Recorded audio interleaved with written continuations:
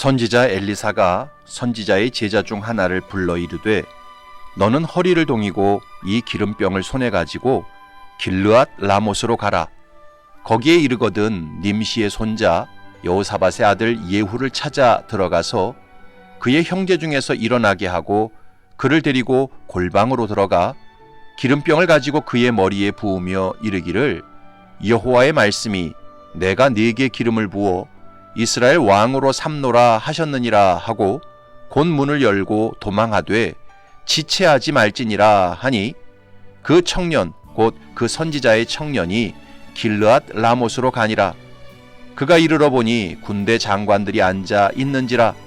소년이 이르되 장관이여 내가 당신에게 할 말이 있나이다. 예후가 이르되 우리 모든 사람 중에 누구에게 하려느냐 하니 이르되 장관이여 당신에게니이다 하는지라. 예후가 일어나 집으로 들어가니 청년이 그의 머리에 기름을 부으며 그에게 이르되 이스라엘 하나님 여호와의 말씀이 내가 네게 기름을 부어 여호와의 백성 곧 이스라엘의 왕으로 삼노니 너는 네 주 아합의 집을 치라. 내가 나의 종 곧 선지자들의 피와 여호와의 종들의 피를 이세벨에게 갚아 주리라. 아합의 온 집이 멸망하리니 이스라엘 중에 매인자나 노인자나 아합에게 속한 모든 남자는 내가 다 멸절하되 아합의 집을 느밧의 아들 여로보암의 집과 같게 하며 또 아히야의 아들 바하사의 집과 같게 할지라.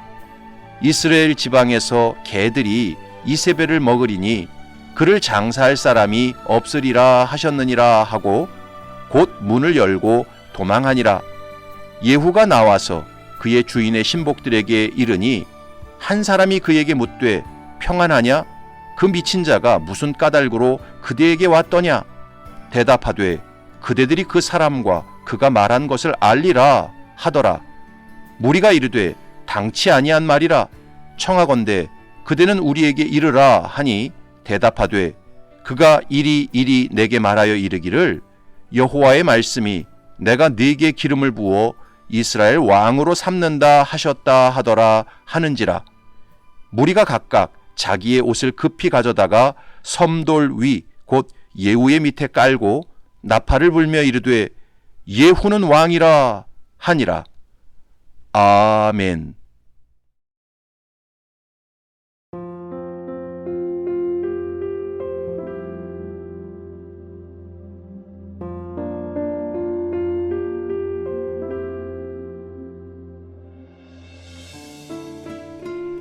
목사이면서 리더십에 관한 책들을 많이 저술한 존 맥스웰이라는 분이 있습니다. 그분이 쓴 책 중에 당신 안에 잠재된 리더십을 키우라 라는 책이 있습니다. 그 책에 나오는 이야기입니다. 어느 암벽 해안에 등대를 지키는 등대지기가 있었습니다. 이 등대지기는 한 달에 한 번씩 기름을 받아서 등대의 불을 밝혔습니다. 그런데 등대가 마을에서 멀지 않다 보니까 마을 사람들이 자주 기름을 얻으러 왔습니다. 한 번은 불쌍한 할머니가 등대지기를 찾아와 부탁했습니다. 이보게 돈이 없어서 굶어 죽을 형편이라네. 기름을 조금만 나눠주면 그 기름을 팔아서 끼니를 해결할 수 있을 것 같은데 기름을 조금만 나눠주면 안 되겠나? 동정심이 발동한 등대지기는 할머니에게 기름을 조금 나눠주었습니다. 며칠 뒤 등대지기의 동창생이 찾아와서 또 부탁했습니다. 친구, 내 차에 지금 기름이 떨어져 오도 가도 못하고 있다네. 급하니 기름을 조금만 나누어 주게. 인정상 등대지기는 어쩔 수 없이 친구에게도 기름을 조금 나눠주었습니다. 며칠 뒤 등대지기의 아내가 찾아와서 또 말했습니다. 여보, 아들의 등록금을 내지 못했어요. 그래서 등대지기는 기름을 팔아서 아들의 등록금을 해결했습니다. 그런데 그날 밤 폭풍우가 바다에 거세게 몰아쳤습니다. 그리고 다음날 아침 배 한 척이 침몰하여 많은 사람들이 죽었다는 소식이 들려왔습니다. 침몰 원인은 배가 표류하는 동안 등대에 불이 꺼져 있었기 때문이었습니다. 등대에 기름이 전혀 남아있지 않았기 때문이었습니다. 결국 상부에서는 조사가 나왔고 그동안 등대지기의 행적이 드러나게 되었습니다. 상부에서는 등대지기를 향해 이렇게 질책했습니다. 당신에게 기름을 공급한 이유는 단 한 가지, 바로 등대의 불을 밝히라고 공급한 것입니다. 여러분, 등대지기의 사명은 등대의 불을 언제나 잘 밝히는 것입니다. 불우한 이웃을 돕는 것이 나쁜 일은 아니지만 그것이 등대지기의 본질적인 사명은 아닙니다. 곤란한 처지에 빠진 친구를 돕는 것이 악한 일은 아니지만 그것도 등대지기의 핵심적인 사명은 아닙니다.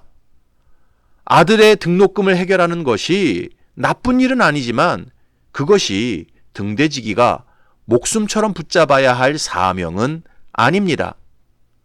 무슨 일을 하든지 자기에게 주어진 사명의 본질을 잘 깨달아야 합니다.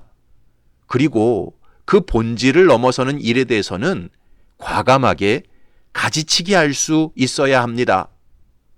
여러분, 직장에 왜 갑니까? 사업장에 왜 나갑니까? 일하러 갑니다. 돈 벌러 갑니다. 따라서 하루 일이 다 끝나고 하루 사업이 다 끝났으면 빨리 집으로 돌아와야 합니다.